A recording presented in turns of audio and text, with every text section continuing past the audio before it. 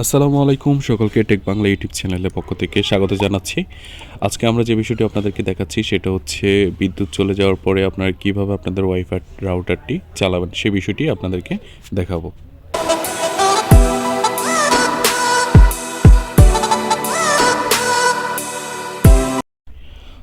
ওকে, এই ক্ষেত্রে আপনারা দেখতে পাচ্ছেন এখানে যে তারটি আসে সেটা হচ্ছে ওয়াইফাই যে লাইনটি আছে সেই লাইনটি, আর এটা হচ্ছে একটি ইউপিএস কম্পিউটারের পুরনো।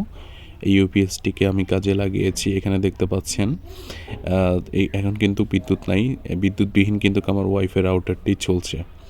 আর পিছন থেকে আমি যে লাইনটি নিয়েছি সেটাও দেখাচ্ছি, দেখতে পাচ্ছেন এখানে আমি মাল্টিপ্লাগে একটি লাইন নিয়েছি।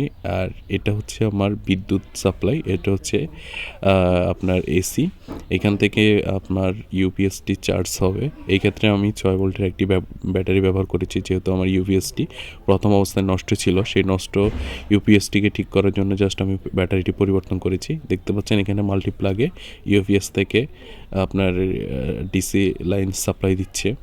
ডিসি থেকে কিন্তু অ্যাডাপ্টার দুইটি আমি কানেকশন করে দিয়েছি, এটা দুইটি, একটা অনু এবং আরেকটা রাউটারের। এখানে আপনার ইউপিএসের যে রিক্স সেটা দেখানো হচ্ছে। এখন কিন্তু পুরোপুরি ডিসি মোডে চলছে আমার ইউপিএসটি। এখন দেখতে পাচ্ছেন এই অ্যাডাপ্টারটির মাধ্যমে কিন্তু আমাদের অনু এবং রাউটার দুইটি কিন্তু একসাথে চলছে। আর যদি আপনারা আমাকে ব্যাকআপের কথা জিজ্ঞেস করেন, অবশ্যই ব্যাকআপ আমি সর্বোচ্চ 5 ঘন্টা পাই। আর বিদ্যুৎবিহীন হলে, কারেন্ট চলে গেলে 5 ঘন্টার একটু কম পাই। এখানে আমি সবগুলো তারকে একসাথে করে একটি হজবরল থেকে একটু মুক্ত করেছি আর কি। এখানে দেখতে পাচ্ছেন এই যে ওয়াইফাই লাইনটি, এটার মাধ্যমে কিন্তু এখানে আসে, আর আমি এখানে ইউপিএসের মাধ্যমে এই কাজটি করেছি। আপনারা বাসায় চাইলে পুরনো পিসির আপনারা ইউপিএসগুলোকে এইভাবে কাজে লাগাতে পারেন আমার মতো। আর বিদ্যুৎ ছাড়া আপনারা এই ধরনের একটি কাজ করতে পারেন। সকলকে ধন্যবাদ। আসসালামু আলাইকুম।